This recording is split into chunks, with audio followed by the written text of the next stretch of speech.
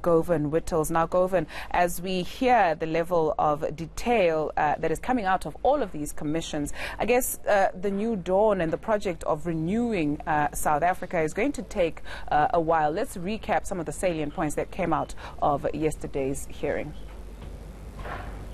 Well, yesterday we basically heard from the Deputy National Director of Public Prosecutions, Hofmeyer, and he was pulling no punches at all. It's been a week of explosive testimony here at the Mokgoro Inquiry, and Hofmeyer certainly lived up to expectations. He provided a lot of detail into how he says the NPA reached the stage that it's in, and he says there's no question about it.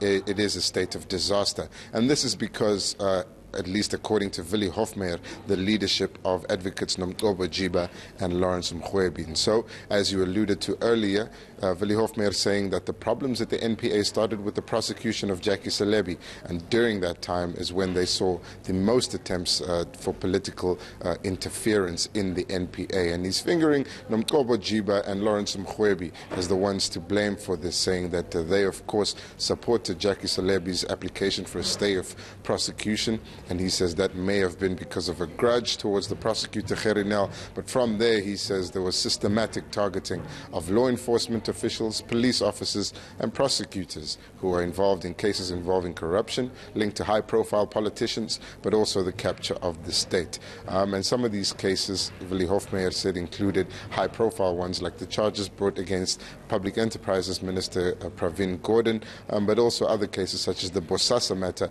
and, of course, the corruption charges against former crime intelligence boss Richard Mlotshwa. Now, due to that case of Richard Mlotshwa has been one of the main cases here, and the test case for whether or not Nomgcobo, Jiba and Mrwebi are fit to hold office. And we're expecting to hear more about that case today, but as I said, from the testimony that we've heard so far, it's clear that that's one of the pillars that they will be judged against.